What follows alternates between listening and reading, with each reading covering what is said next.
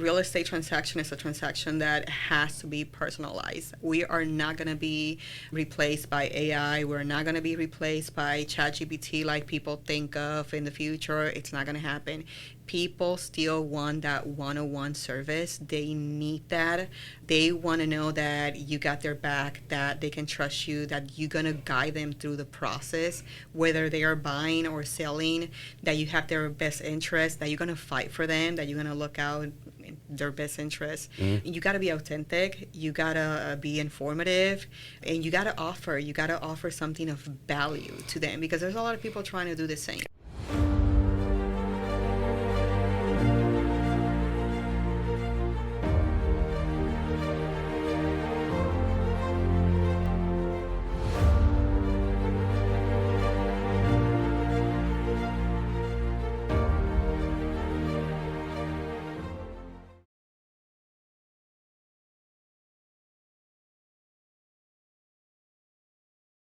Hey, welcome back to the Real Estate Excellence Podcast. Today's guest dreamed of being a real estate agent when she was a teenager growing up in Puerto Rico, and she turned that dream into 300 closed families, 15 agent team, recognition as Jacksonville's 2025 Best Realtor by Folio Weekly. She's a seller's representative specialist, a military relocation expert, and the kind of agent that her clients call a pit bull. In the absolute best way possible. Please welcome Miss Joselyn Reyes to the show. Thank you. Excellent. Great to have you back. Thank you. Yes. I think I did mark it down. Was it episode 59? I think it was something like that. Yes. Originally. First one, yeah. So it's been over 4 years. It's been over 4 years. And, I know behind the scenes a lot of things have happened. Oh, yes. Ups and downs, market changes, the everything. sun rises and sets, and we made 4 rotations around the sun during that time. So update us a little bit of what's going on. You have this new iMath team, but this is something you've had for a little bit now, if I recall. Because when you first started, there was no team. That is correct. But things have changed, and opportunities came in front of you. Tell us about what's happened with you, and then obviously what's happened in creation of the iMath team. Absolutely. iMath team is the newest thing. We've been trying to do this for close to a year now. It's been great, to be honest with you. If you were to ask me 4 or 5 years ago, 9 years ago, will you ever go into a team? I would have said no, because I always saw myself as a solo agent, and I did enjoy being a solo agent. But then within the years, I started coaching through United Real Estate Gallery, back then Exit Real Estate Gallery. And I loved the coaching program. Being able to help new agents become top producer agents. I got to the point where I was coaching about 18, 19 agents. Oh, wow. Yes, through Exit and then United. And I fall in love with that part. I was doing so good in my own How much time a week was that? It all depends, because they don't come all at the same time. They come in different times. I think the most at the same time that I was coaching was like 6 of them. But I loved it, because they were all brand new. Sunny and Ray, they pair them with you based on the characteristic, based on language too. A lot of them were Spanish. Some of them were non-Hispanic. They are pretty good by pairing you with people they think are going to get along and are going to be a great fit for you. And these are all relationships that we ended up all getting super close to each other. And I was helping with showings, how to operate a lockbox, how to write your first contract, listing agreement, going to listing presentations with them. And I found that side of me that I'm like, you know what? I enjoy this a lot. I do want to push others, and I do want to help people. So I kind of had that experience for a couple of years. And this time I had a good friend of mine who presented me with the opportunity of taking over a team, and the team needing help and all of that stuff. And I was like, I got to think about it for a little bit. And then after some was your mentorship initially though just more of a volunteer thing, or were you getting a little bit of their first few deals? No, I was getting compensated. You were getting compensated. Yes, okay, good. And good. hey, it was passive income, but it was really good passive income because the commission split we had back then, it allowed me to the agent gets their commission that they agree with the brokerage, and then I have 10% of that. So at the end of the year, that 1099, it added up, and it was really good too. Yeah. But I invested a lot of that money back on my agents. I call them my agents because I feel like they were my babies. So I invested a lot of that. I used to, like, all the time take them out to eat, to celebrate their closings. I want them to feel celebrated and cherished and all of that stuff. I remember at one point I had a group of all ladies, 10 of them.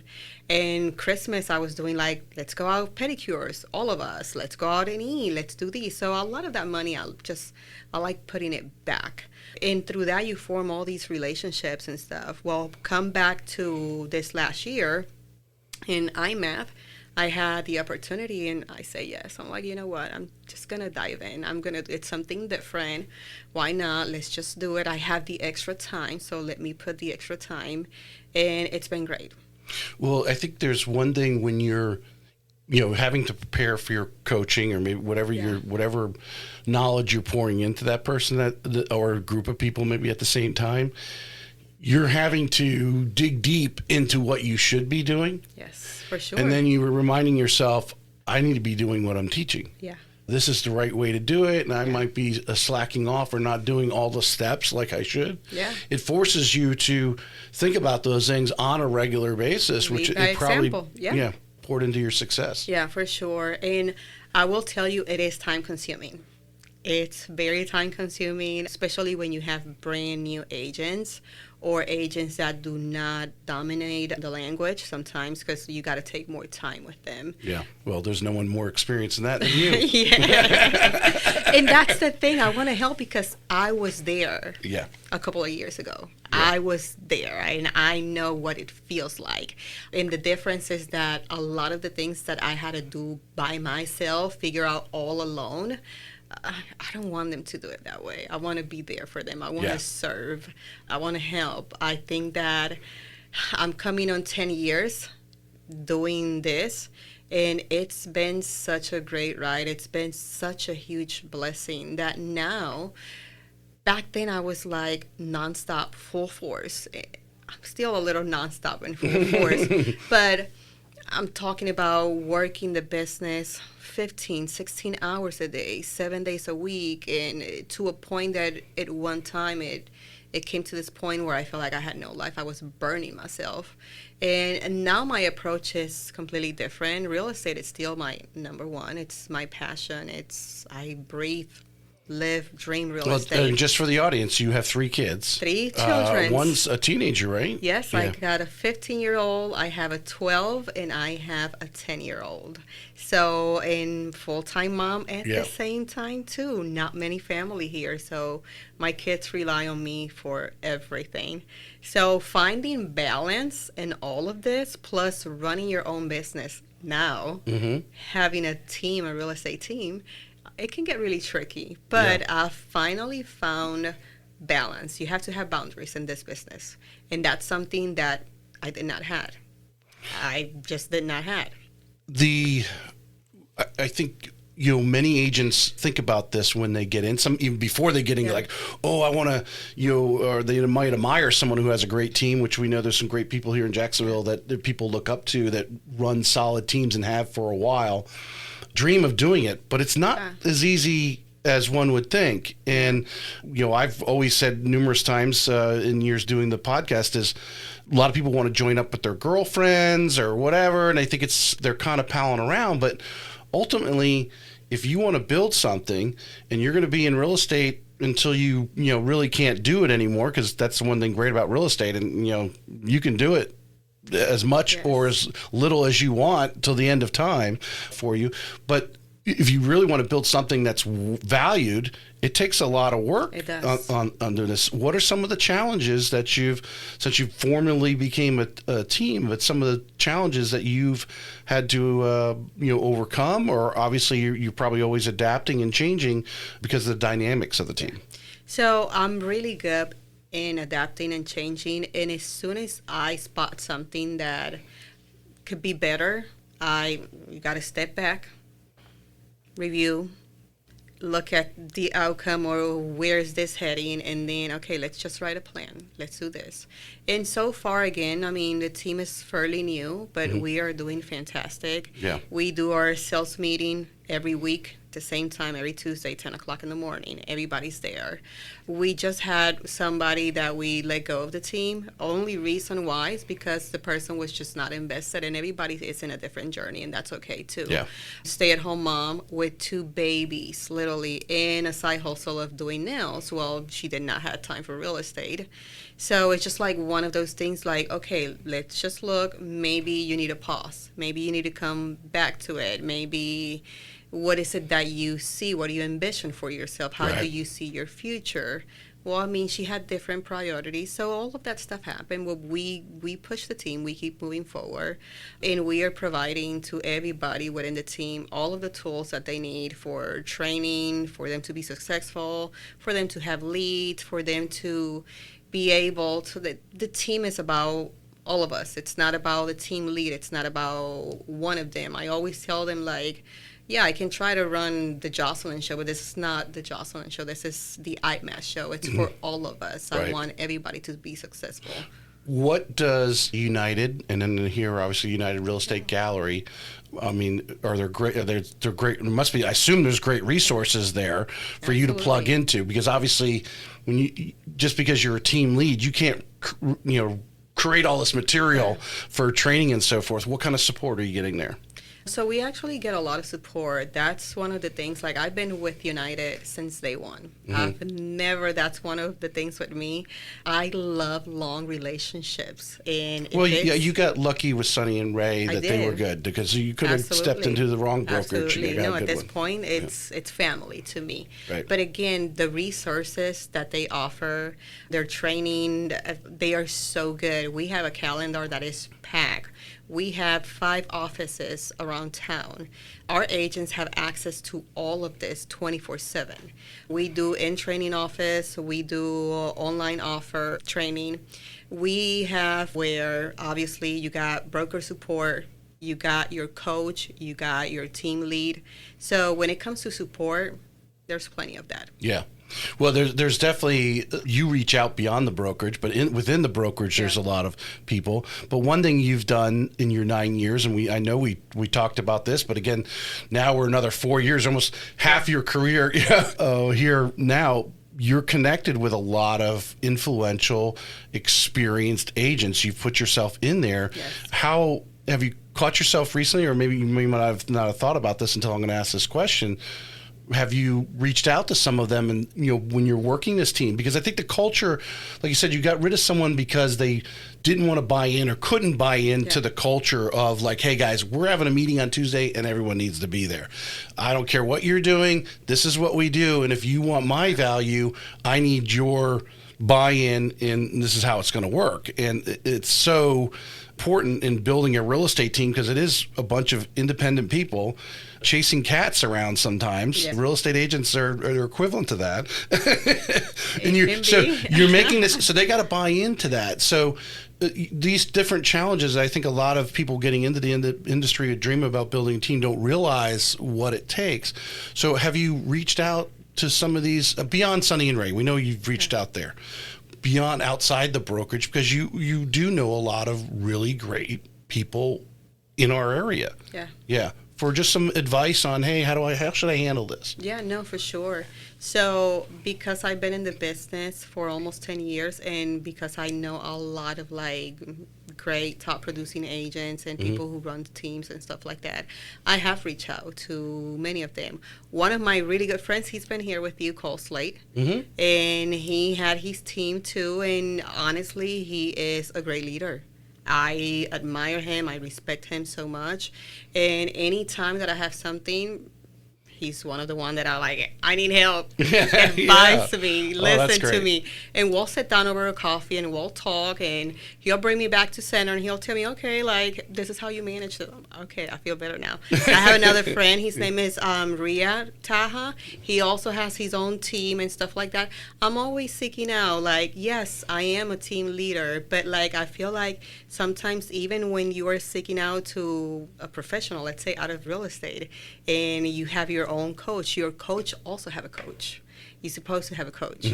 A doctor also has a doctor. So, and you reach out to others and all of that stuff. So, yeah, I feel like you do have to practice a lot of that for you to stay centered, for you to be able to give the best of yourself. This career specifically, it's a constant like learning. You have to keep learning, and you have to keep improving, and you have to keep evolving. It's all about that. 100%. I think if there's anything I consistently say, the leaders in the area that are successful stay out in front because they're doing all those things you just mentioned, staying out in front of their people, unlike, say, corporate America, where they have a salary or whatever and they go through the motions of corporate America. If you're managing a real estate team, these people, you're not paying their health insurance. So they can, hey, you know what? You're not giving me value. I'm going over here, and do it within minutes. Make that change. So if you want to build a team, obviously it's keeping great people over time. Absolutely. And you have to continually be adding value, and the only way you're doing that is obviously educating yourself and being around people like Cole Slate when you need that little bit of information on which direction you should take, so you're always in front of the group. That is right. Our team, we started at 7 people. We are up to 16 people now on our team. I added another team lead, and he's fantastic too. And that's another person that I'm able to sit down with. His name is Chris. And Chris has his own side of the team he managed. I have my own side of the team that I manage. But at the end of the day, when it comes to sales meeting and all the things that we're doing, we do it all together as a group. Now, I know you focus a lot on the Hispanic market or Spanish-speaking clientele. Not all of your clientele, but but it is a market because obviously you have that skill. What is the makeup of the team? Do you have a mix, or you have attracted other Hispanic ladies? So we have obviously, and this gentleman, obviously. Yeah. Well, Chris is not Hispanic, so he doesn't deal. He does under him. He has 2 Hispanic agents. I think out of the 16, there might be like 4 of us that are bilingual, and we have a new team member, and he's Indian. Okay. Very good. So just like very much like any brokerage or team around, you're not dominating or one-sided in that area that you're just focused. You are focused over. Okay.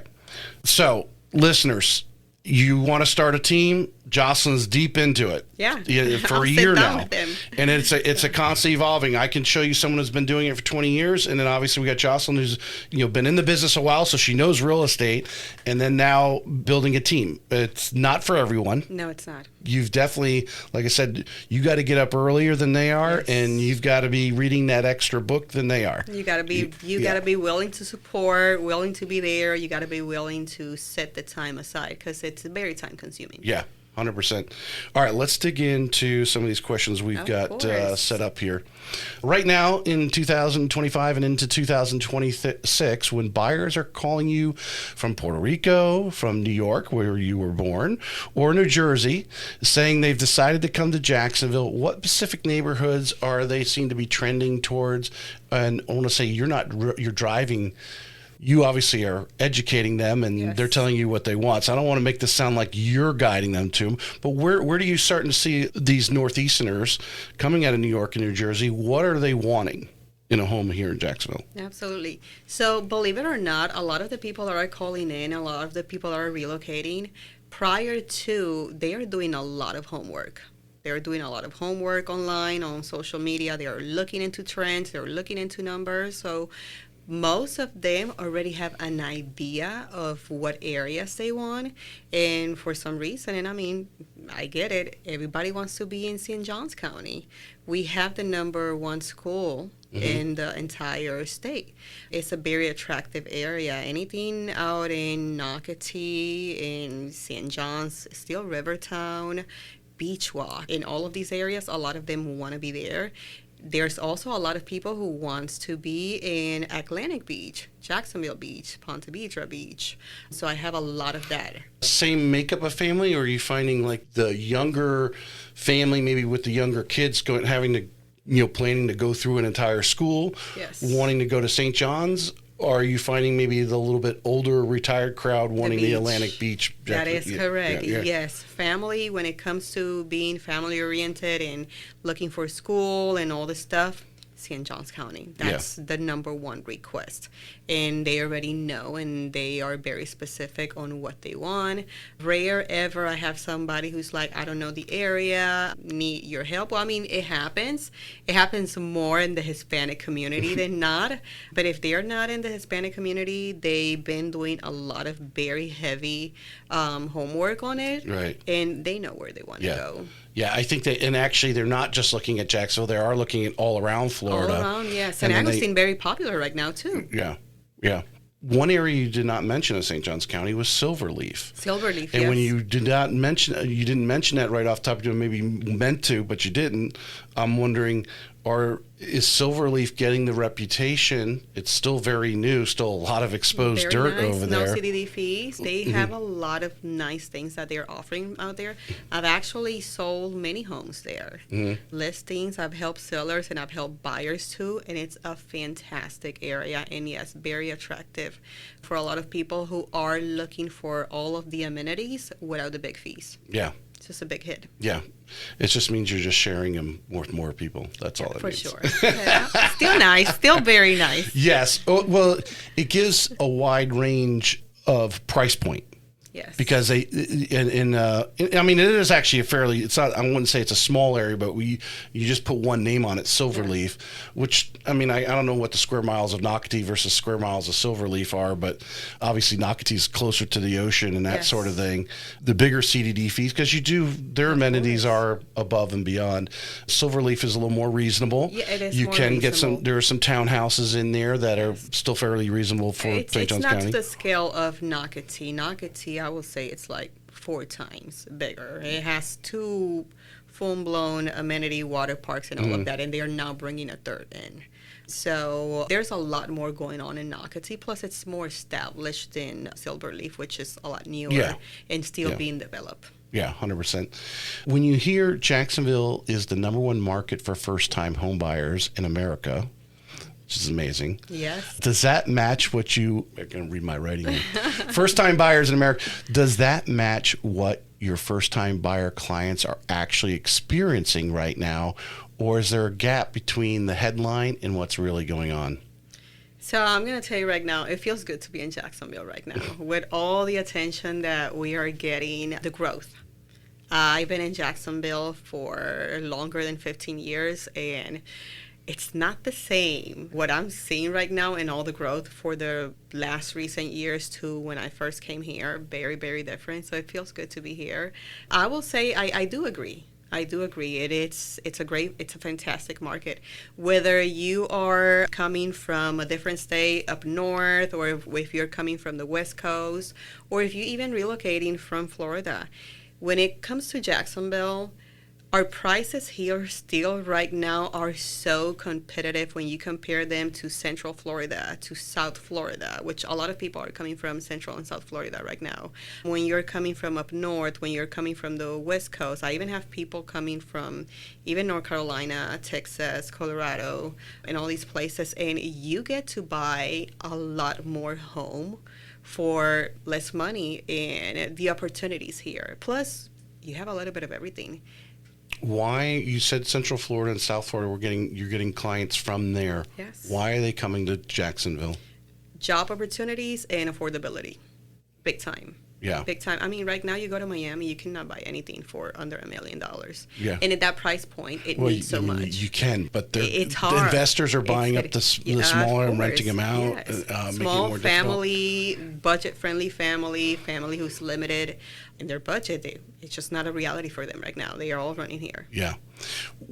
The areas that were fun, I guess when someone says first-time home buyers, that could be a wide range of different economic. Yeah. They're buying the first-time home. Okay, well, what does that mean? In the lending world, it's just someone who hasn't owned a home the last 3 years. For the last 3 years, right, from a lending standpoint. But true first-time home buyers that are really need I'm going to just use the term starter home. Yeah. You know, where are you finding are some of the hot spots where you're able to find, decent starter home level homes? Where are you finding some certain areas of the greater Northeast Florida that you're kind of find these people migrate to because of the price point and size of the home and stuff? Absolutely. Yeah. So all of this comes to conversation and knowing your people, sitting down, talking with them, seeing what's the need. I have a little questionnaire with me, and I like to know their story, what they're looking for, where they're coming from, and even a wish list. I always say, give me a wish list, and then let's figure out what's the budget, how much you want to pay a month, and what do you need and what you desire. Because sometimes what you desire is not what you need. And obviously everybody wants to look at stuff that it's outside of their budget. But once we figure that out, I'm always able to come with a really good list. And we do still have a lot of good stuff that it's very affordable, from still new construction in the north side of Jacksonville and the west side of Jacksonville, to a lot of these homes that are a lot more affordable that might be in the Arlington area or in the west side. Right. That sometimes if you don't want an HOA, that's perfect. We don't have to get in an HOA, but know that we're going to get a little bit of an older home. Doesn't mean that you have to do too much to it. Sometimes, yet, are you willing to take on the project? And if you're not, we can still find stuff that's been flipped or remodeled that is still at a really good price. So we do have a lot of affordable stuff. So at least with me, that's never an issue. I'm always finding a home. And I always say, whether it take us a week or 2 months, 3 months, we're going to make it happen. But normally it's right away. I think one of the most overseen's the right word. Overlooked, that's the word I want to use. Most overlooked areas that I think where there's advantage for true first-time home buyers. I mean, when it comes down to the price point and affordability for them, and they're just starting a family and so forth, there is areas, and especially with the expressway when it eventually links in to 95 down there, it's already linked in from pretty much the river to I-10. For those who know the west side of town or southwest side of the region, there's lots of land. There is lots of land. I said, there's lots out there, or up in Callahan, where you can go. You may even say, "Well, I can't really afford to, to build a home." There is some great manufactured homes, and I love that area actually. And to find a lot. We do them here. You can go by the manufactured home sales center, find it. You can go online and look at them, and just like you would any builder, go on and look at the different models, go by and see them, and they will literally within their turn time is 30, 60, 90 days to go in. We package the lot with the home as if you're buying them, as if they existed together right now, put them together, and those manufactured homes, they come in and they put in the sewer, all the electricity, all the stuff that needs the infrastructure to do those lots. And I really think for someone truly looking for a bargain, and the thing I've seen some of these places that are a little bit older, the manufactured home itself doesn't really appreciate. It's like a car. It doesn't depreciate that, but the value of the land is where it's at. And then you could turn around. Maybe you turn around and you build a home in 10, 15 years on it, or you turn around and pocket some money and go buy something else.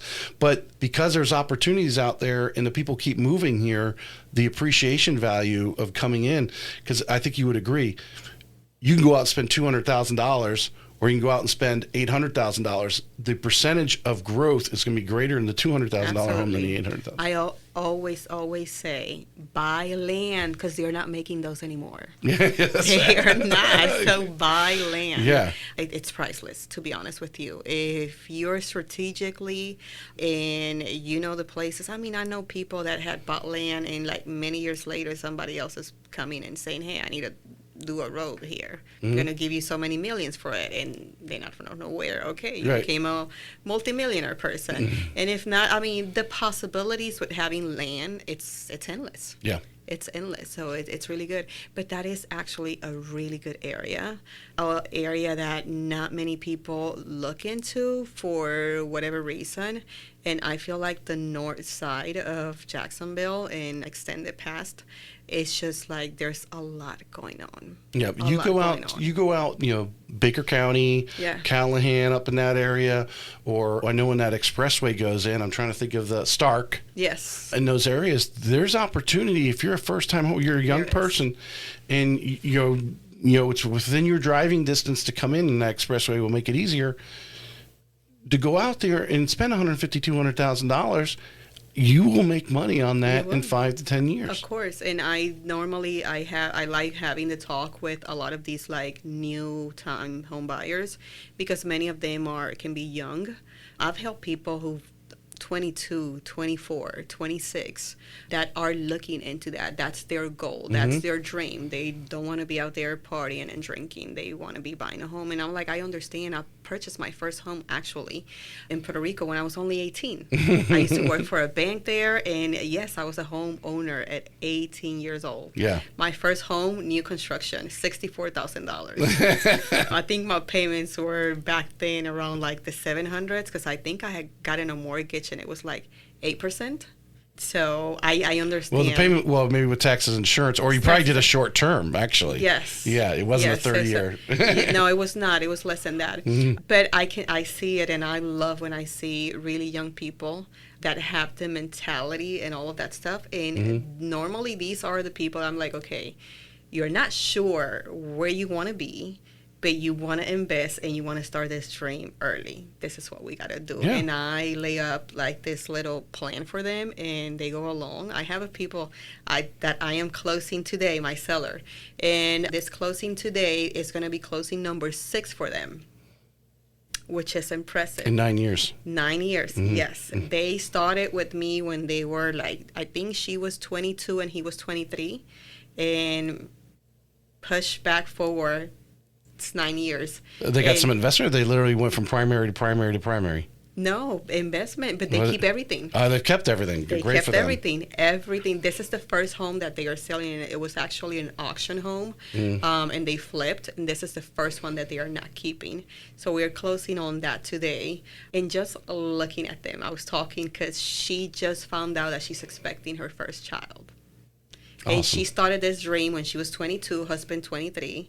And she delayed her like motherhood dream because they wanted to do the investment and they wanted to grind hard and they wanted to put the work. I'm like, ain't nothing wrong with that. And she's like, well, I feel like I'm old now. I'm like, how old are you? Not as old as I was when I had my first kid. No, she's only 29. Yeah. She's only 29. Yeah. And she asked me yesterday, so how old were you when you became pregnant with your first or a mom? And I said, I was 27. I'm like, you're not behind. You're not behind at all. Well, there's a little different, and I'm sure any listeners there, if they had their kids, you can have the kids young and not have any money, and that's fine, and you work through it because there's great things about that, because after they actually are out of the house, you are still hopefully young, or you have them later in life like I did. Luckily, my wife is younger, but it's like, by the time my daughter graduates from college, I mean, I'm eligible for Social Security, so it's a little different, but we have money and we want to travel. We want to do it. We're not thinking about it because you're at a different point. And then luckily she started much earlier than I did in her financial career there. So that's good. That's awesome. There's a big difference. That's why I'm like, it would have been the same if you had your first child at 21. I mean, some people manage it great, fantastic for them.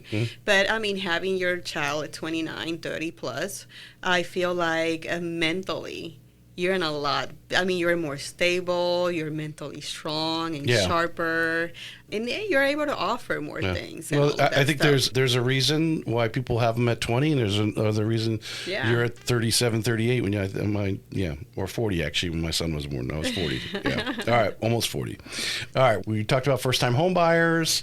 Tell me about something that happened. Oh, yeah, this is a story we talked about Priya. I really want you to share this. Tell us a story about something that happened recently, a deal, a client situation, a moment that you had, and you were sharing with me earlier about this situation where you were under contract here in Mandarin. Tell us about that. Yes. So I had this couple that were buying their second home with me. Now, the second home that they were buying for their parents.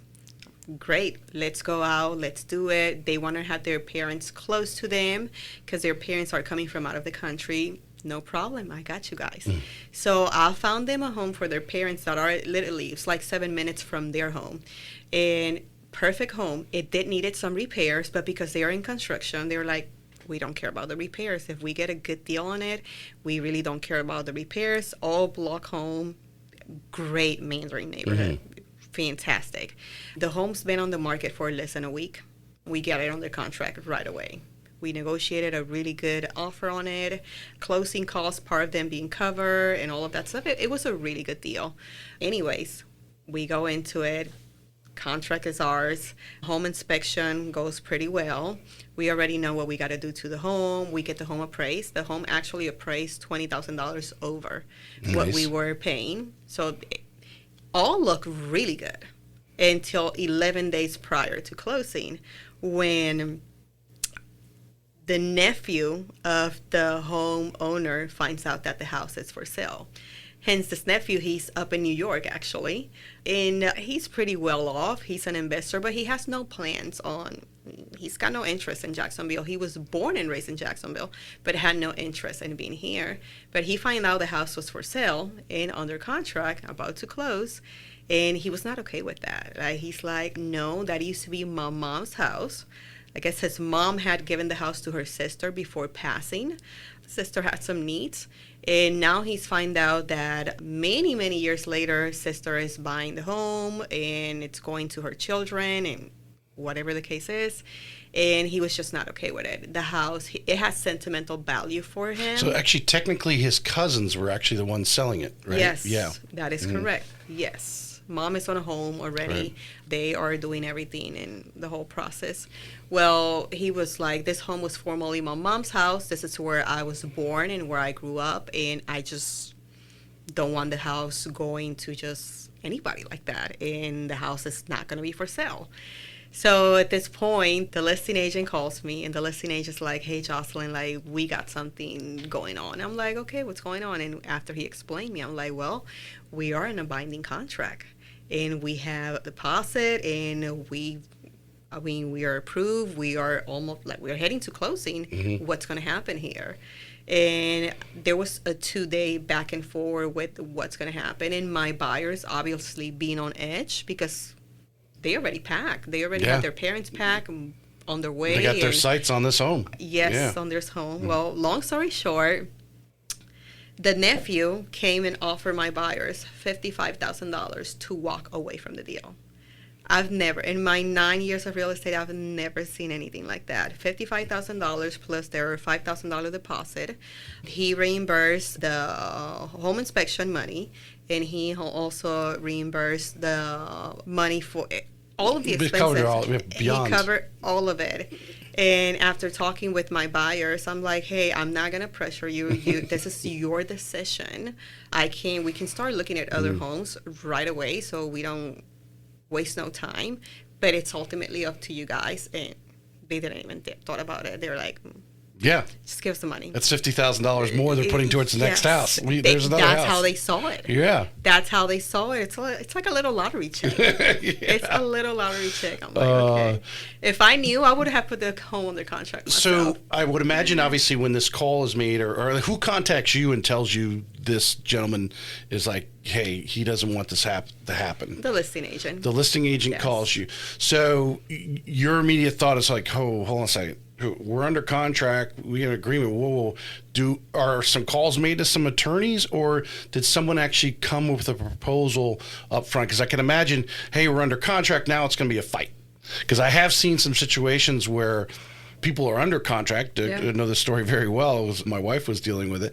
They were under contract, and then the sellers decide, oh, we don't want to sell now. Where we wanted to move to isn't where we don't want to move across over to Tampa. And they tried to back out, but then the lawyers get involved. Yeah. Did you get to that point, or was this gentleman like, hey, let me make this easy for everybody? So it was when it came to that, it was pretty easy. And the offer that he had made to my buyers was so attractive that the buyer He made it fairly quickly. Yeah, he didn't have quickly. To be. No, because this has been something that I have not dealt with before. I wanted to call my brokers and make sure that, hey, is this okay? Is this something is this legal? Can we do this? And the one thing that my brokers brought to my attention was like, well, Joselyn, I mean, how long you been working with them? And like, you pretty much did all of your work. You put your time in a contract and stuff like that. What's going to happen with your commission? And then I was like, ooh, I hadn't thought about that. So I went back to the listing agent and I was like, hey, actually, you did your job. I did my job. I think that we should both get paid. And the listing agent went to the nephew. Nephew agreed. He's 3%. I got my 3%. So he wasn't greedy. He No, actually not at was all. reasonable. Not at all. We call the title company, and they arrange all the paperwork and got it done. Yeah, because wholesaling, from what I understand, you can go and get under contract and you can sell that contract if you're a wholesaler. You sell it to someone else who wants it and you make whatever, you can resell it before you technically have to close on it. So, doing it legally didn't sound, but it was great that this gentleman obviously, felt he's done very well in life, and just for $50,000, he was good at making. The best part, I had actually, it ended up costing him more than that. Probably cost him like $75 by the time he paid everybody. For sure, plus the price of the home. Yes. Yeah. But the best thing, I had my buyers on their contract in less than 48 hours. And because their files already been through underwriting and they have already provided so much paperwork and stuff, the new contract was actually like a 14 days to close contract. It was super easy. Just change the address and move on. Yes. Yeah. So it was a great deal for everybody. And they ended up liking the second home way better. It always works out that way. Yeah. It always does. Yeah. That's awesome. Great story. That's a great story. New construction builders are handing... It's funny. I lean this way. I can see better. I actually increased the font on there, and now I got to go to the next. I think I'm at 22. I got to go to 24 now. All right. New construction builders are handing out rate buy downs, closing cost credits. How do you help a buyer compare the incentives to what resale sellers might offer? So honestly, it's not hard. If you know your client's needs and what they're looking for, it's not hard to do. I like to show them what's your budget for stuff. Like, what is it that you want to pay a month? What are you comfortable with? What kind of lifestyle you want? Because the lifestyle has a lot to do with this. And there's people who, from the get-go, from minute one, they want new construction. They don't want to have to worry about a new roof, an HVAC, windows. They want to have something that they don't have to repair, and they want to have the amenities. So we know that we got to look for new construction. Other people, they just don't want to pay the extra fees. They don't care, and they don't want the cookie cutter home, or they don't want to be 20 feet away from the next home. Or they like a more mature neighborhood where the trees are actually growing. Yes, they want a little bit of backyard and all of that stuff. So it's not hard. But to be honest with you, there is some people who new construction, it's the right fit for them, and it's what they're looking for. And with the incentive and interest rates and all of that stuff, I'm always going to work on my client's best interest, and that's what we do.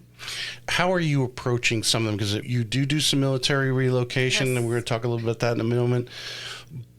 But I think every agent that's doing any amount of business or has any amount of listings either has actively right now or hopefully just put under contract and got off their listings that are sitting.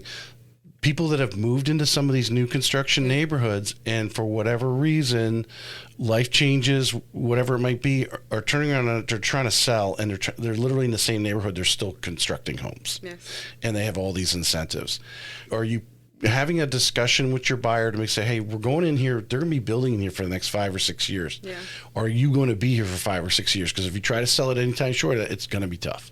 I have had to have that conversation many times. Yesterday I had that conversation in a neighborhood in St. Johns County, because this is going to be a new listing that I'm going to take over.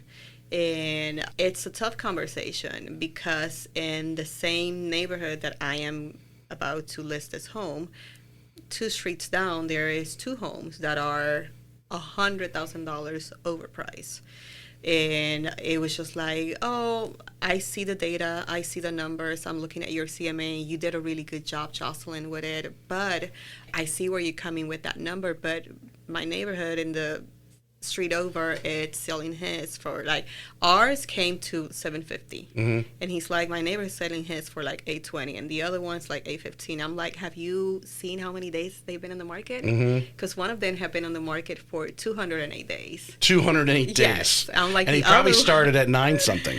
Yes, correct. Correct. And they have watched all of that stuff. Yeah. And then the other one's been on the market for like 190 days.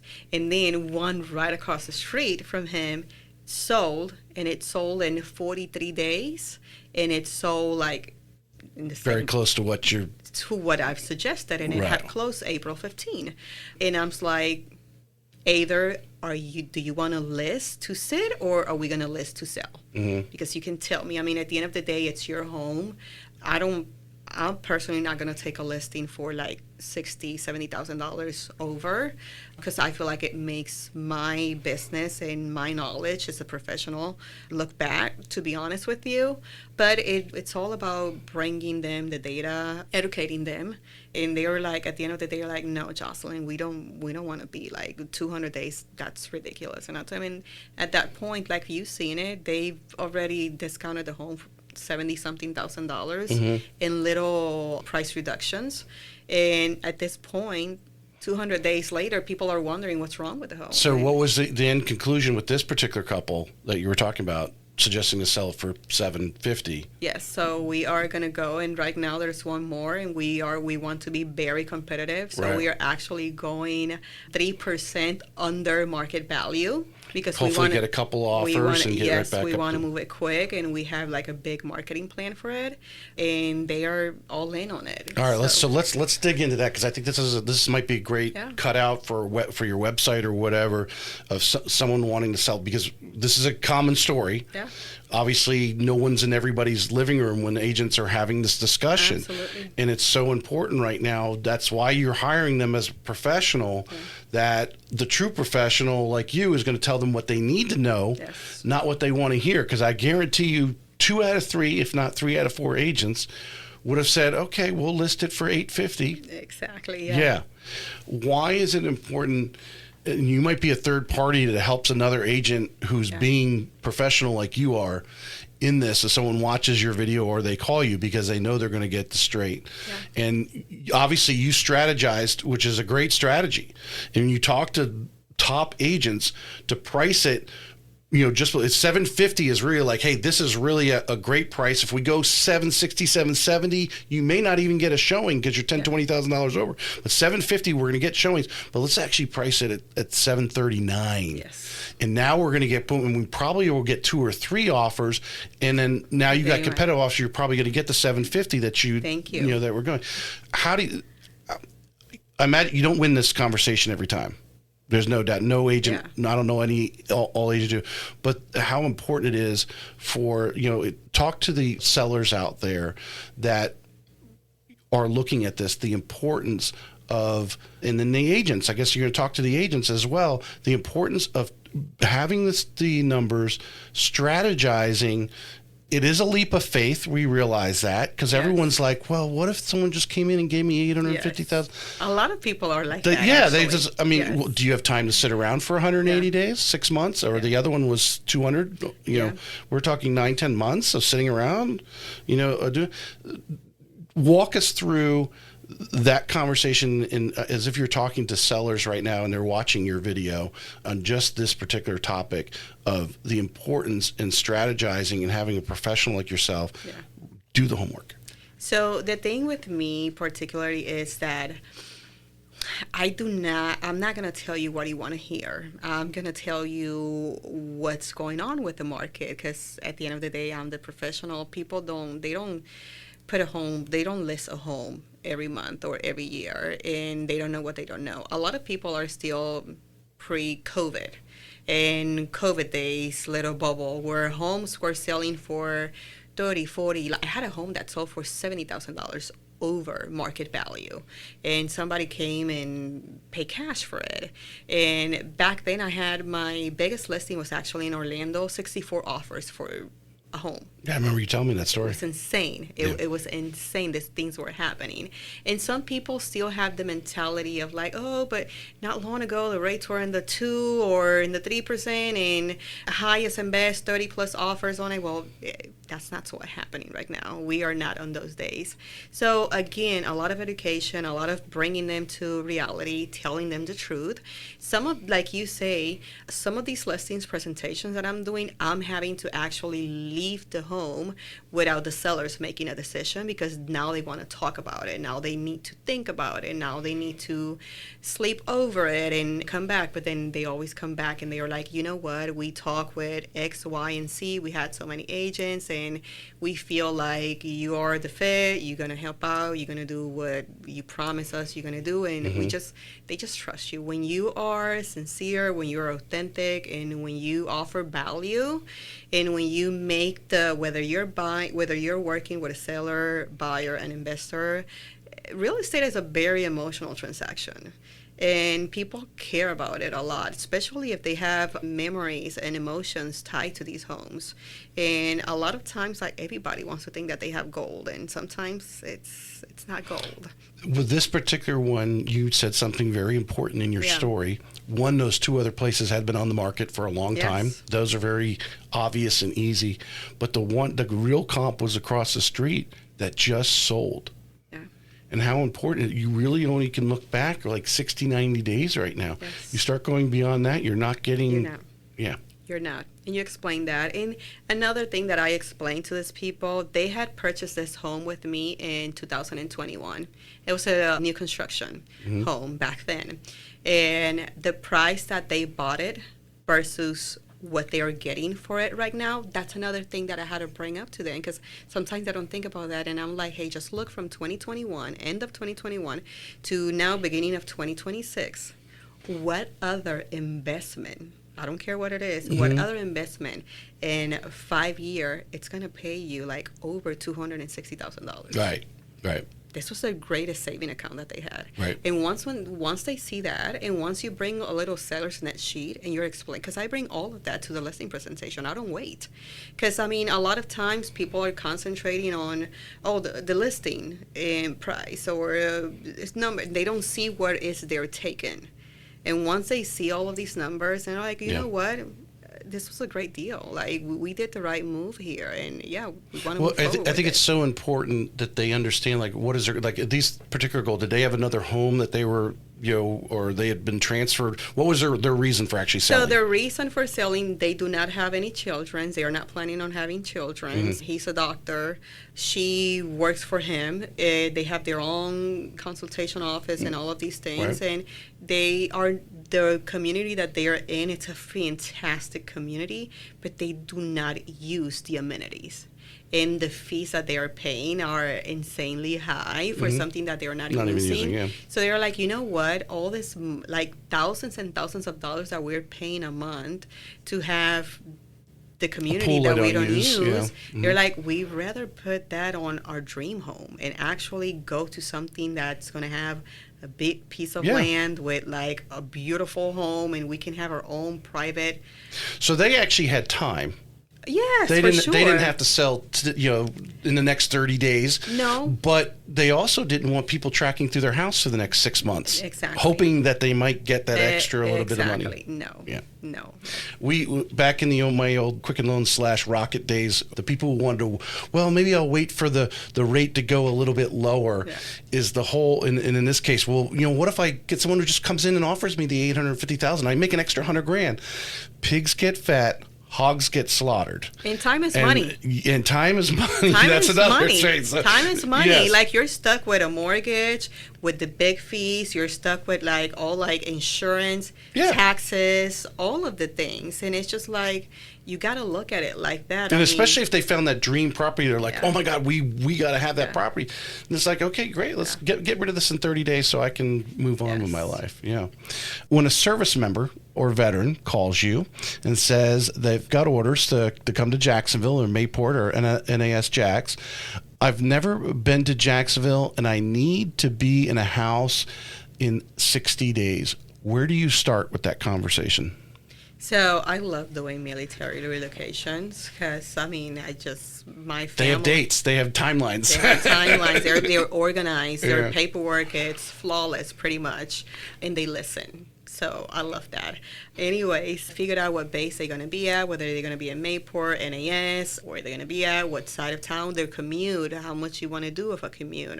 Like, do you want to be super close to the base or no? So that's pretty much where we start. Mm-hmm. A lot of them are coming with like family and young kids. Some of them are just not coming with family and they still want to buy a home. Mm-hmm. So it's mainly about that.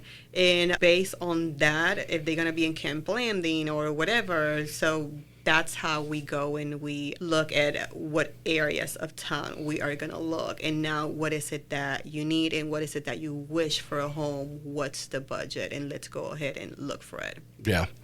How important are you find right now? I mean, what are some of the questions they are asking? They've never been to Jacksonville before. Yeah. Maybe you're dealing with one of the spouses because the other spouse is deployed, because that often happens.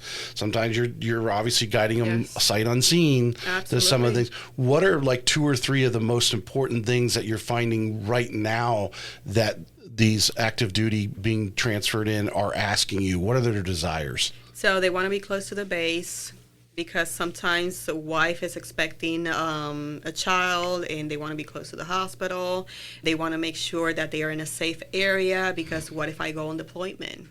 I want to make sure that my family is safe. Of course, you just send them statistics on the safe areas. So, no, not really. I send them the websites, and they got to go and look at that. Right. Because, we cannot steer, and we cannot point, and this and that. Or maybe we're like, hey, I cannot tell you, but there's going to be signs, and I have my gun with me.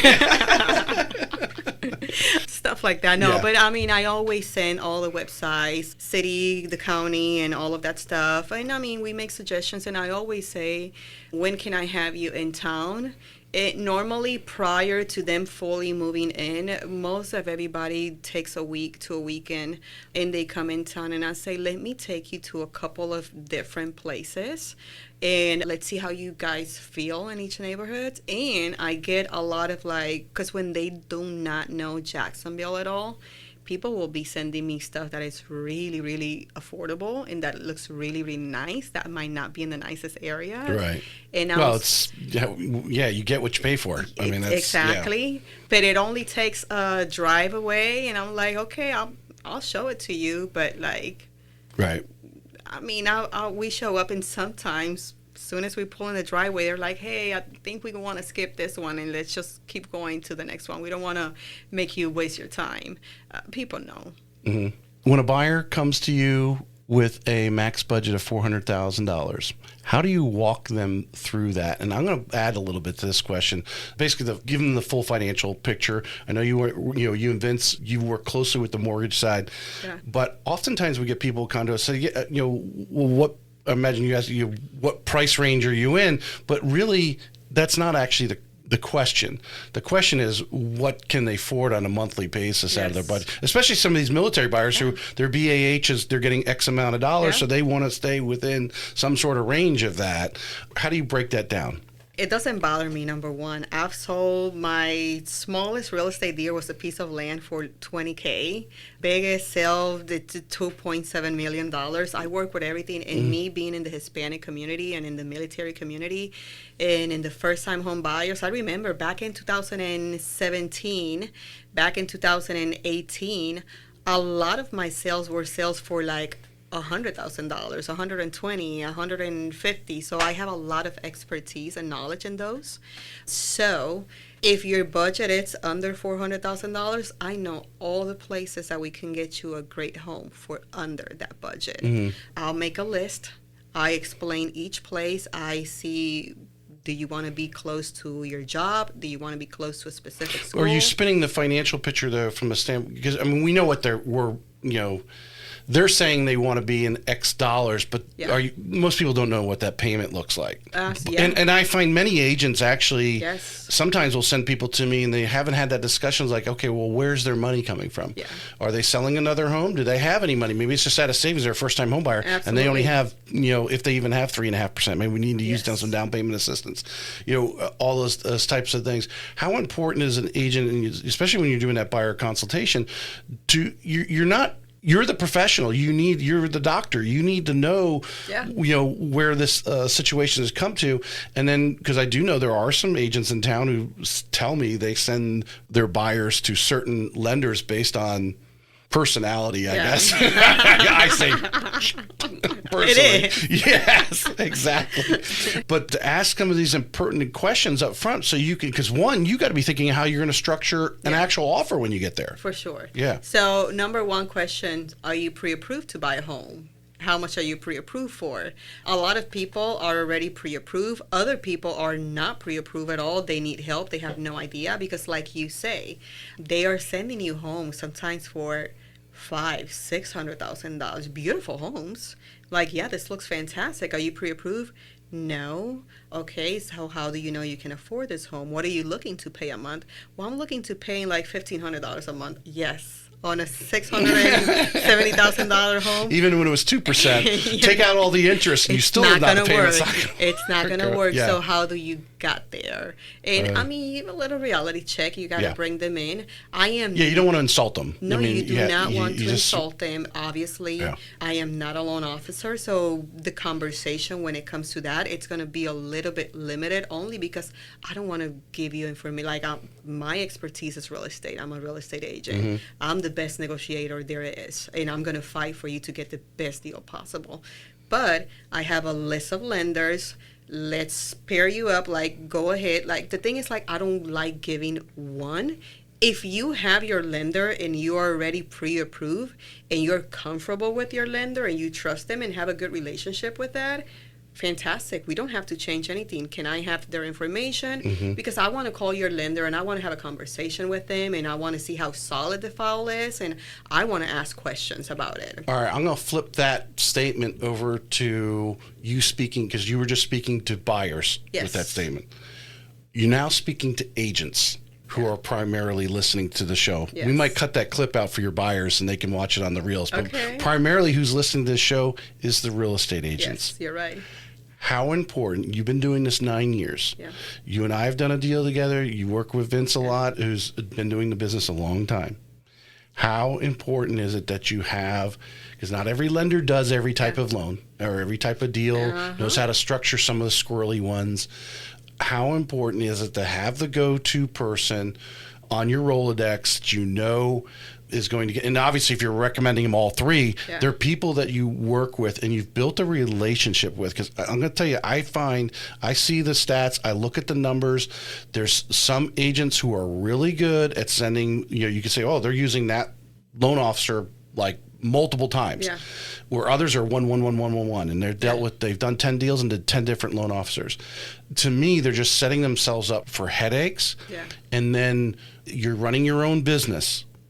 Lenders can help you out in certain ways, but we're going to conferences saying, don't do an MSA with a real estate agent or real estate office if they haven't even sent you a deal yet. Let's do a few deals together and make sure we work together. Then we'll talk about renting a desk from you, for example. How important is the agents out there to find the loan officers that can handle majority of the business and some of the squirrely stuff that we get? It's key, to be honest with you, because at the end of the day, you are running your own business, and even though you don't work for X, Y, and Z lender or mortgage broker, it's still a reflection of your business. Same with the home inspector, same with the title company, and some people don't see that. Like, I want to make sure that my customer, if they have a good experience with the title company and with the lender or the mortgage broker and then the agent who's me, that means that the whole deal from A to C was extremely successful, and that's what they want. Now, when it comes to they had a horrible experience with a lender, and this is a lender that you as an agent did not know, or with the home inspector or with the title company, even though you don't work for the lender or for the title company, it reflects back on you. Mm-hmm.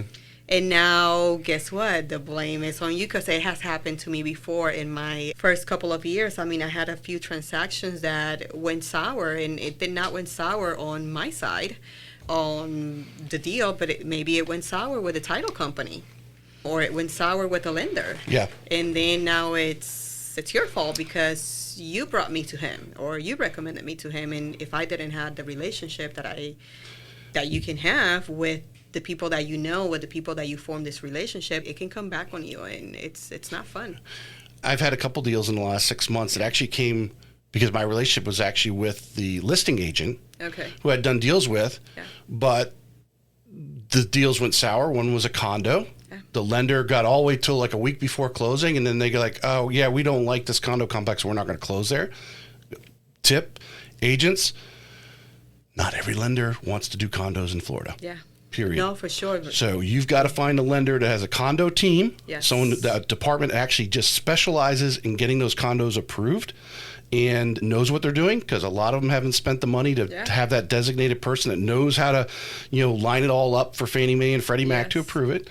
So that one we say, luckily the lender on that one cooperated and actually sent me all the paperwork, and we were actually able to transfer the appraisal over, which was, I've been in this 20 years. Most of them want to order their own new appraisal and all this other crap. We actually transferred, closed that one a week, and then I had one actually closed a couple weeks ago where a well-known credit union here in town just denied them. Yeah. Okay, this is someone that has a paid-off house, wants to buy a house before they sell the paid-off one, and income was tight, so you had to move some puzzle pieces around. Yep. Had to throw a bridge loan in there and pay off a car, and we made it happen. But you still made it happen. And we still made it happen, and we closed on time. And that was in a very short. That was less than through. It was like 18 days, I think. Yeah. And actually, that's not even 18 business days, because you throw the weekends in there. No one's doing anything on Saturday and Sunday in operations, right? But you've got to have lenders that are able to see the whole picture and pull some different things. And I think some of the better lenders right now do have the products. We have, I'm not saying we have the only one. For instance, an internal bridge loan. So much easier than most of these guys are doing bridge loans. They have to outsource it to another wholesale company. Now you're dealing with their approval. We're doing it in-house. Why are we doing it in-house? Because we want the purchase transaction, and we know, I would imagine, would you agree right now, we have a lot of people who, when you're the listing agent and you get a contingency offer. Yes. Oh, God. We're finding ways to get around the contingency part for you. Yeah. And that's because we want the main loan. And we know that bridge loan is going to be paid off in a couple months. No, for sure. But, so I had a situation very similar just happened to me too. This was one of my listings in Jax Beach. I had a beach home. I had a buyer from out of the state, and he was interested. Best price that we had for a beach home. No HOA, no nothing. Beautiful home. Remodel, everything redone on it. Now, the buyer wanted to buy this as a short-term rental. He was using his daughter as the agent. She's a brand new real estate agent. This was her first deal. You don't know what you don't know. Mm-hmm. So she doesn't know a lot. She doesn't know a lot, unfortunately. I'm like, hey, I'll coach you if you come to me. Anyways, got them under contract, negotiated the deal. Everything's going through. Well, the lender that she had used, I guess during her training with her brokerage, whoever went and did the little luncheon that they do and all of that stuff, she decided to use that person because didn't know any better. She didn't know any better. Well, this loan officer has never dealt with a... Was you doing a DSCR loan on it? Yes. Yeah. Mm-hmm. Yeah, and I guess he's never done with rent schedules and all of these things. Because, again, this is an investment property. They are buying it as a short-term rental. And after 29 days, and them kept asking for extensions, the deal went completely sour. And she's like, I guess my dad is so mad at me because he's going to lose deposit. He's going to lose everything, but he cannot buy the home. Like, the loan officer is saying that there's just no way of doing this. And I'm like... How is that possible? I'm like, I have loan officers that I've been working with for almost a decade, and I know that this is closable. And I don't like the rent schedule, like it doesn't even make sense, and I'm not even a loan officer. I'll say, hey, can you give me 2 hours? And the deal got saved by my lender. Right. It's insane because these people, they felt so defeated. The dad, the daughter who's the agent, the buyer, the loan officer who was also a new loan officer who in the last 12 months have only closed 2 deals. And they did not know none of that. Yeah. Because... Well, I mean, my tip doing this for, let's see, September will be 21 years. Yeah. As I mentioned, all lenders do different things. They have different reasons why they do it. These DSCR loans are being outsourced. Now, again, I will brag about my lender. I won't mention it for rest of things, but we actually, because we're a large servicer, we will run these DSCR loans or some of these bank statement loans through the guidelines of the wholesale companies. The lenders don't want, these are portfolio loans. Yes. So most lenders, most banks, they don't want to do it. They're selling them off. They don't want them on their books. But what we look at is, since we're a servicer, we look at it and they're like, well, this is a really clean deal. We're going to keep it for ourselves. And we keep, but you have to have, and not every loan officer knows everything. And even this gentleman, not to take anything away from him, but if he didn't have resources, he didn't have, in my office, I got Tom here who's been doing, Tom's been doing it over 30 years and has worked at the banks. He has a different passion about mortgage lending than I do, much greater, I guess. Yeah. So I go to him and say, man, this makes sense. How can we piece this together? You've got to have other people in the office, just like a real estate agent does. When you have a squirrely deal or the title goes sideways, hey, you go to your broker, right? And you go, hey, man, what's going on here? How can we, pieces do we need to move around, And you've got to have that. So you've got to find the lending team, that has that ability to say, yeah, that's squirrely. Let's sit down and map this out. Yeah, because he makes great income. Or the other thing, I think, just to throw the DSCR loan out there, obviously we're like, oh, you can do it with 20% down. Yeah, if you're not putting 30% down on a DSCR loan, pucker up. Yeah, because you're going to get hammered. If someone wants to do a Airbnb and they're doing a DSCR, they really need 30% down because they ain't going to like the terms at 25 and 20. For sure. We got a lot of that going on. And another thing that I've seen out there, I have people come to me that are frustrated somehow because small business owner, whether they have a barber shop, whether they have a food truck, or they are 1099s and stuff like that, these people want to buy a home. They've been waiting years and they do want to buy a home. And they are going to X, Y, and Z lender that they might see online or whatever. And there's a lot of products that you guys offer that a lot of these brand new loan officers are not offering, whether it's because... Well, the tip is here, having worked at Quicken Loans and then Rocket, back in the day, the call centers, they are volume-based lenders. They're not out there trying to create products to make a real estate agent's life easier. They're just trying to deal with the masses, so they broadcast to the masses and then skim the good stuff off the top, or the easy stuff, I should say. But then a lot of the consumer feels like they don't have any options to buy because nobody talked to me about a DSCR or bank statement loans and stuff like that. 100%. So there's a lot of misinformation there going on too, and I feel like that's one of the reasons an agent needs to have this relationship and also know what's going on. And you've got to regularly talk to the, I think a lot of the agents too, and we don't want, I know there's guys that are really good at calling and they just say, I don't want to bother you, be honest with you. You know where I'm at. Yeah. Call me with your problem. And to be honest with you, I personally pride myself, although it hurts to say I can't do the loan, but it prides myself to send it off and have you come back to me 30 days later, say, thanks for sending me to X because he closed it and it was great. Yeah. And you got the deal and I hold face. Yeah, for sure. Yeah. You've got it. Those are the relationships you want, is the guys who are connecting, the guys who know to put some of these, because would you agree right now, definitely more than 2020, 21. Right now, you've got a lot of stuff like contingencies and bridge loans and DSCR and bank statement stuff. There's a lot more of that in the mix because those people were kind of being, I wouldn't say pushed out, but because there was so many people coming down paying cash or coming down because they sold their house in New York and say, here's 20% down. Those are, anyone can do those loans. Yeah.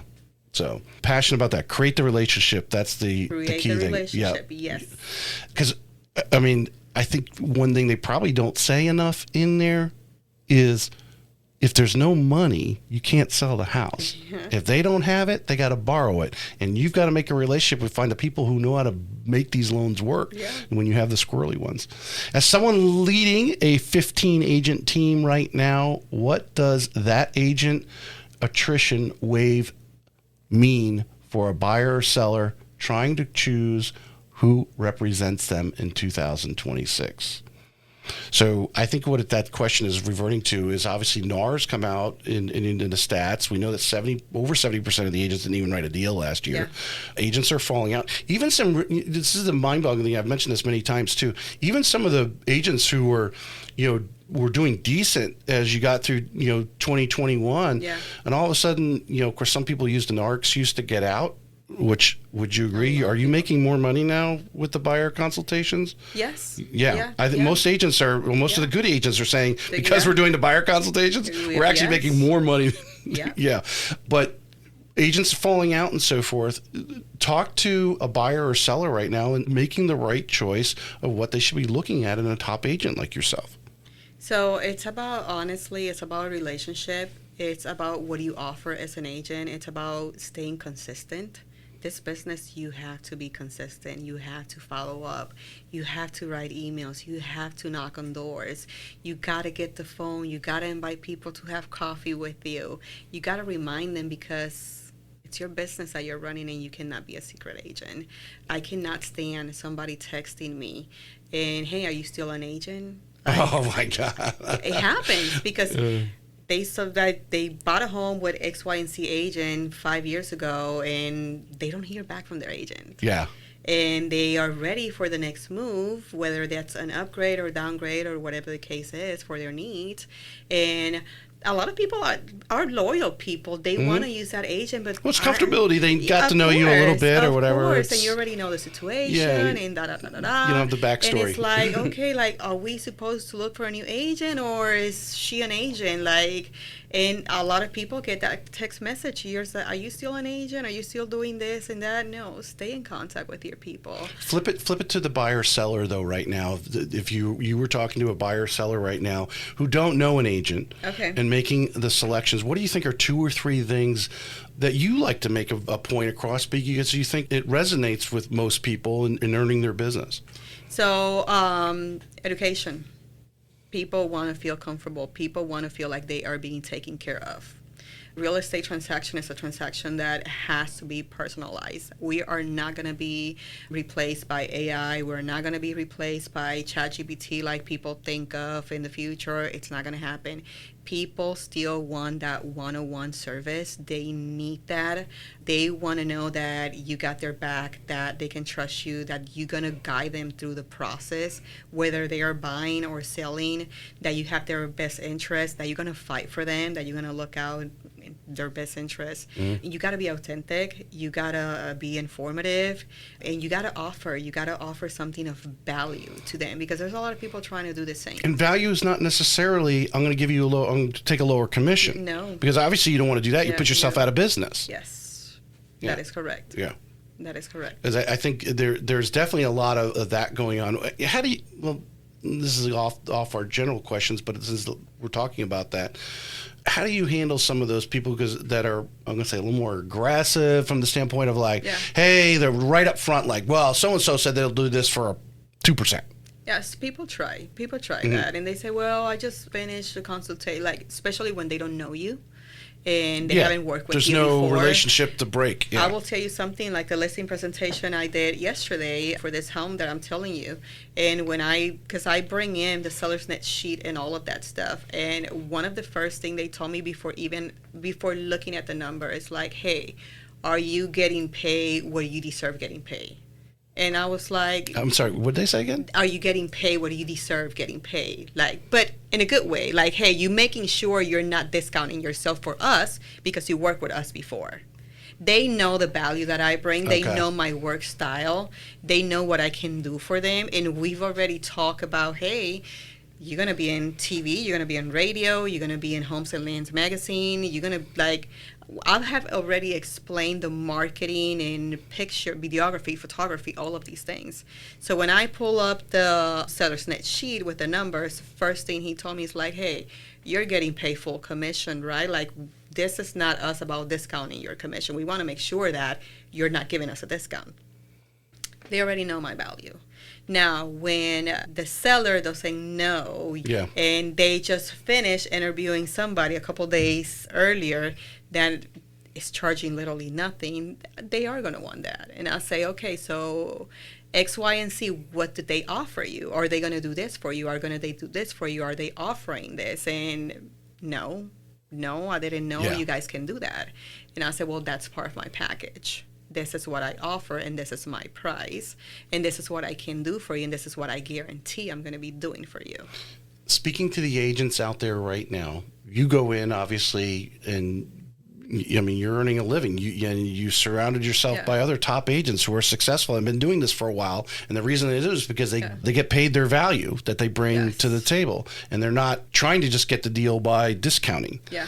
How often when you are going in with someone who doesn't know you, and they might be talking to a handful of agents, how often do you run in to where they've actually been pitched by another pro like you?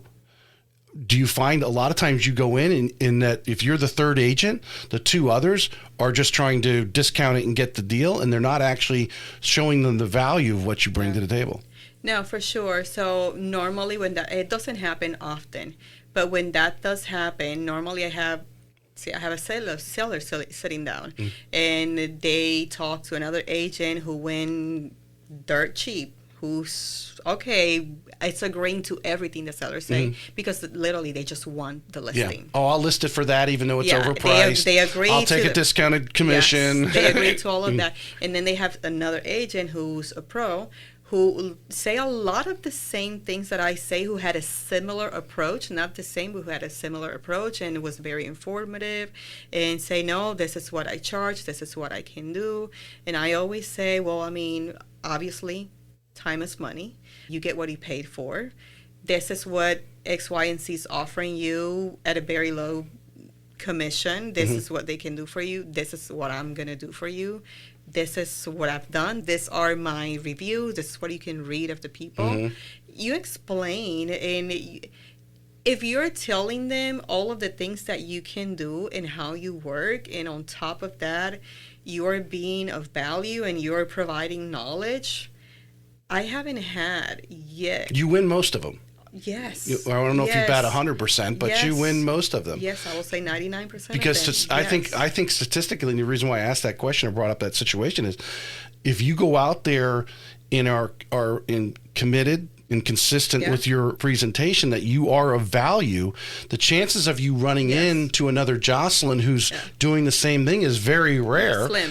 And I guarantee you, if they did, they would say, well, I was just talking to Joselyn, and she does a lot of the same things. Then you already know, like, oh, wow, this person actually spoke to someone. So one of the things that used to blow my mind back in the days, not anymore, because I know better now, but one of the things that used to blow my mind was the fact that I'm going to a lot of these listing presentations, but also on the buyer side, when I'm doing a lot of the buyer consultation, I sit down with the client and I have anywhere from a 30 minutes to an hour, 90-minute conversation with them.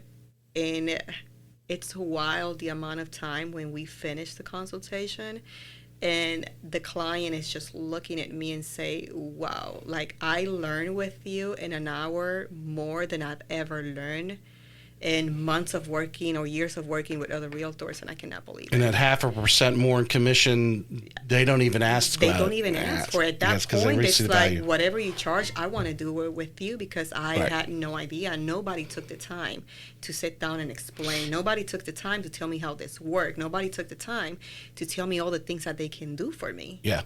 Yeah. I think I was just a thought that came to me as you were finishing there.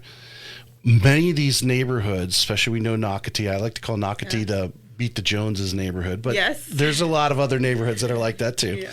That when you really show you're a pro, they're proud that they hired you. They want to tell their neighbors. They want to tell your neighbors, you know, hey, yeah, we went first. We bought the Mercedes. We know our payment's higher, but we bought the Mercedes. Yes. They're not afraid to talk about the payment when they're bragging about the Mercedes. These are your best customers because at the end of the day, when it's time for their cousin to buy, for their mom, for their neighbor, you got to call Joselyn. She's the best. Yeah, exactly. All right, last formal question here. With the Jacksonville market genuinely more complex in 2026, what is the single most important quality a buyer or seller should look for in an agent right now, and how do you specifically deliver that? I think we actually just covered that. I don't even know why we just we actually we'll The only thing I want to add to that, make sure that you're working with an agent who's a full-time agent.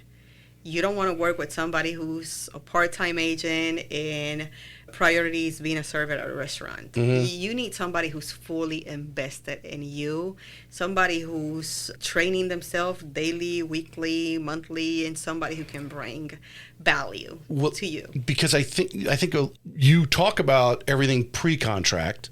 You know, hey, I'm going to advertise it this way. I'm going to market it this way. I'm going to do these things for you. We're hopefully, we're going to have a great open house or whatever it may be. Those things you can talk about, but really, I don't even know if you can count that as 50% of the deal. The true pros take over post-contract because it's when the negotiations start going on. And I don't know, maybe if you want to share maybe a successful one you had recently that maybe got a little hostile, but because of your experience and professionalism, you took control of that negotiation. And obviously, I think we all want a win-win. You got a buyer, you got a seller. The whole goal is to make the transaction happen. How do you at least get a win-win? But how important is the post-contract, prior closing negotiation part of finding the right agent important? Absolutely. It's very important. It's no more like this deal that I just told you, my listing in Jack's Beach, and how this buyer and the agent and everybody felt defeated. And, okay, I'm not going to be able to buy the home that I wanted to buy to make an Airbnb, to make a short-term rental. And it takes for the other agent like me to be just as invested. And I'm like, no, I'm not taking that. I'm talking with other loan officers. I'm calling my buddies that I trust, that I know can save this deal, and we're going to make it happen. I mean, if I would have been a lazy agent, I would have been like, okay, let's just sign the cancellation agreement. My seller gets to keep the deposit. I go back on MLS, market. Who knows what the next offer is going to bring? Who knows? But again, my seller was impressed. The buyer was really impressed. What did you know about the buyer enough? You said you knew enough about the deal. Like this deal, someone can get this approved. What did you know about the buyer? Or did you, when you saw it start to go sideways, did you jump in and start to get some information on the buyer? No, I started getting some information right off the bat. Originally, the original offer came in as a BA offer. Well, you're buying a house as an Airbnb. You're trying to do a BA offer on it. That was like a red flag. Okay, why are you guys trying to do this? So what? And then she hadn't told me it was her dad. She kept saying my client, my client, my client. Well, I mean, maybe I dig a little more and I do a little bit of like stalking, and I'm like, okay, same last name. Let me go on Facebook. But they checked off that this was not going to be a primary residence, and they're trying to offer you a VA. Yeah, there was a lot. Again, it was her first deal. Yeah. That's up New Jersey, actually. And guess what? That holds a real estate license. Oh my God. Up there, but he just don't practice because he's got some other businesses going on, and he's we do see that a lot, where there are some, they call themselves referral agents sometimes, but for some reason they have a real estate license. They're not actually practicing. This they know nothing. Was very messy. Very messy. And my seller got really aggravated because it seems like every other day, every week, there was like a different excuse for something. It was a real mess. And when you're dealing with a loan officer who's not experienced and who does it as a part-time, and it's not educated, and it's approving them as a BA for a home that it's not their primary residence. It's not their primary home, and a real estate agent this is her very first transaction. and she's still going through training and she don't know what she's doing. And then a dad who's in New Jersey who claims to have a real estate license but hasn't sold anything in 5 years. Yeah. It was heavy. I'll tell you that. It was heavy. So I feel like I ended up doing the work of like, it feel like I was doing the work of 5 people here. Well, 100%. And then, but in the end, if you again threw the towel in, you gave up on that deal and went to find another. Who knows how many time would have gone by before you got an acceptable offer, and then what problems that offer would have brought. So you took it by the horns basically and figured out. But I think that's a pro, and I think that's a tip for any agent listening right now. Ask some of those questions. You've got to ask some of those questions. They tell us as loan officers, we should be, call the listing agent, let them know how great your buyer is, and from a lending side, and obviously because we want to try to build that relationship too with an agent. There's no reason why you should not be calling the lender or be asking questions of the buyer's agent, and the buyer's agent should know. When they made the offer originally on the VA, did they actually say they were going to put any money down? No. So they were going to do 100% financing on a home that's not his primary. Wow. There were so many red flags. And I think that's why my seller was on edge too, because she's one of these sellers that she wanted to be informed of everything, and she's the one who requires for you to call her every other day and keep her updated and what's next. I'm surprised you actually, at what point did you tell the buyer you had an offer? Because when you saw VA come in but not primary, did you even tell your seller that? So, well... Because I would have stopped right there and said, hold on a second, this ain't going to work. Exactly. And that's when I called the agent back, and that's when she's like, well, I don't know, let me call my broker really quick, but let me also call my client. And then she took 2 days to call me back, and I'm like, hey, what's going on here? Because do I have to put the house back on the market or not? It was very tricky, especially the first week. And then they had a 10-day period for due diligence. It was day 9 and no inspection report, no appointment, no anything. I had to remind her of all of the deadlines. This was a dad who wanted to give his daughter his first deal. Ended up costing 30% down or 20, whatever you end up. Yes, for sure. He figured if he got away with the VA thing, he didn't have any money out of his pocket. No. He ended up coming with a 15% down. I was like, okay, you had no money. God. You had no money at the beginning. Now you do have some sort of money. Now it was a very I can only imagine a DSCR with 15% down with the interest rate they were charging on that. Oh my goodness. All right, let's finish up with this. Tell us why you love real estate. So I love real estate. I love that the way we can impact people's life. I love the fact that back in the days, I moved here from Puerto Rico. I did not speak the language. I was for years living in an apartment complex. I thought, because here everything was so different, that I had to do all these things. I thought that I had to have all these savings, that I had to have perfect credit, that I had to have so much that was not realistic for me to buy a home.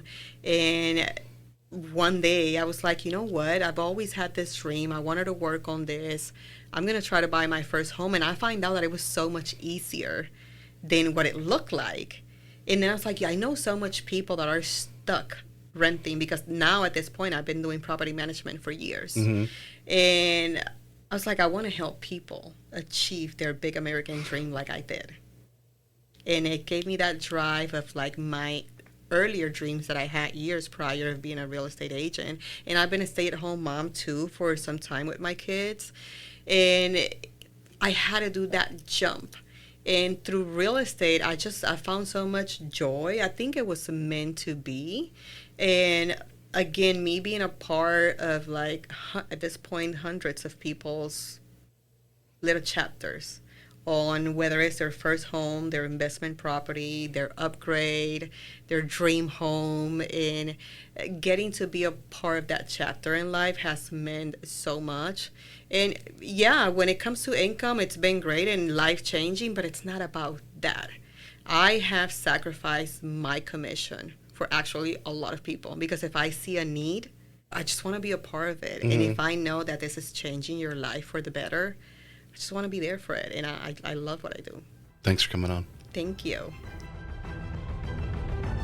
This may be it for today's episode of Real Estate Excellence, but we both know your pursuit of excellence doesn't stop here.